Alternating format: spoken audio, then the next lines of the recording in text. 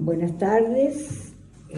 Bueno, en el marco del ciclo de entrevistas del CERMA Oliva para la Feria de Ciencias de 2025, entrevistamos al profesor ingeniero agrónomo Miguel Gelich, a quien le formulamos unas preguntas relacionadas con el ODS 15, que se refiere a la vida de ecosistemas terrestres.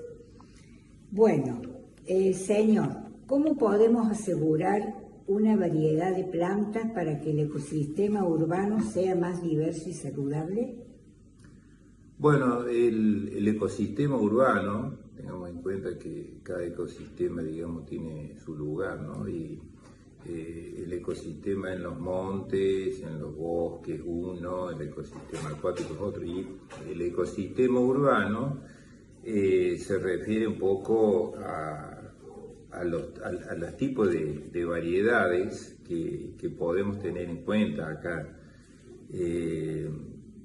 Dentro de todo, para que, digamos, poblemos con la mayor cantidad de árboles posible, serían las especies, lo ideal serían las especies autóctonas, ¿no? Las especies autóctonas son las especies que han predominado siempre acá. Podemos ver algunos montes todavía que quedan acá cerca de la autopista, bueno, la zona de Jamescray, bueno. Había, eso era el ecosistema real que existía. Entre eso y pampas abiertas. Bueno, eso se fue perdiendo porque la agricultura le fue ganando a eso. Es algo que no podemos, es inevitable también como la urbanización.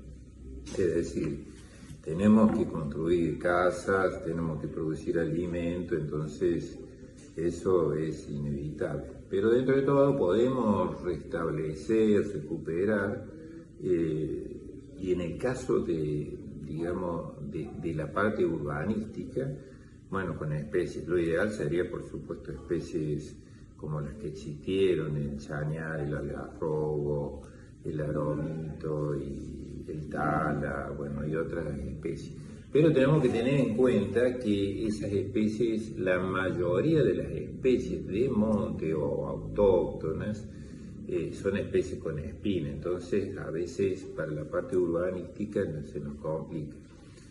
Por eso tenemos que tratar de poner, por supuesto, todos los árboles en las cazuelas como debe ser. Sí. Bueno, ¿qué especie de árboles son más recomendables? Bueno, no sé si ya está dicho, para espacios urbanos. Sí, un poco en base a la vereda y las especies como ejemplo, como algunos ejemplos, árboles de mayor tamaño. Si vamos a especies totalmente autóctonas, sí, podría ser el algarrobo, pero hay que tener en cuenta, ¿no es cierto?, que la vivienda tiene que estar retirada, tiene que tener un jardín grande y digamos, una vereda de 4 metros por lo menos, ¿no?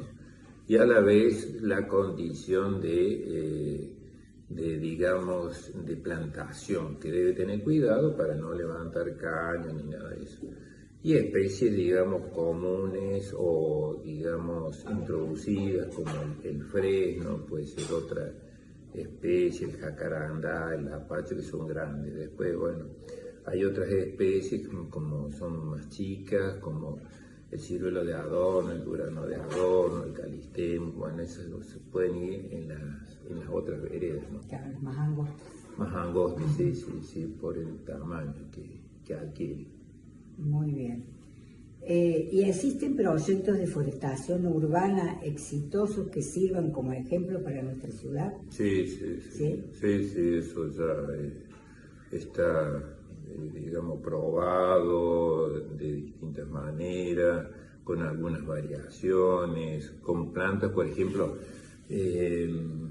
un ejemplo que se harían, bueno, especies, determinadas especies en el barrio de la Medalla Milagrosa.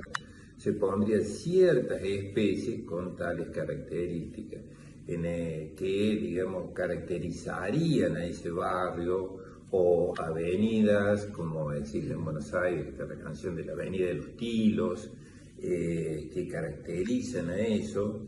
Bueno, después especies que San Cayetano a lo mejor tendría otro tipo de especies, como todo gazpacho. Bueno, esa, y después, bueno, la aceptación de distintas variedades dentro del marco que se establece. No se admitiría, por supuesto, especies que no sean totalmente, que son exóticas, pero fuera de lugar, como las palmeras, u otras especies que realmente no produzcan follaje, ¿no? Y ya salgan fuera de contexto de lo real, ¿no? Bueno, y como última pregunta es, ¿cómo afecta la producción agrícola de los campos aledaños a la ciudad?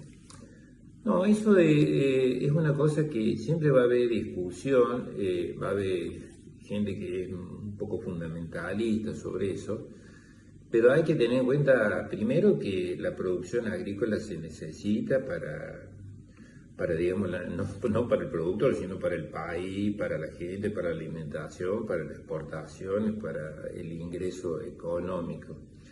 Después sí hay pautas a tener en cuenta como el tipo de producto químico a utilizar, porque digamos que eso siempre existió.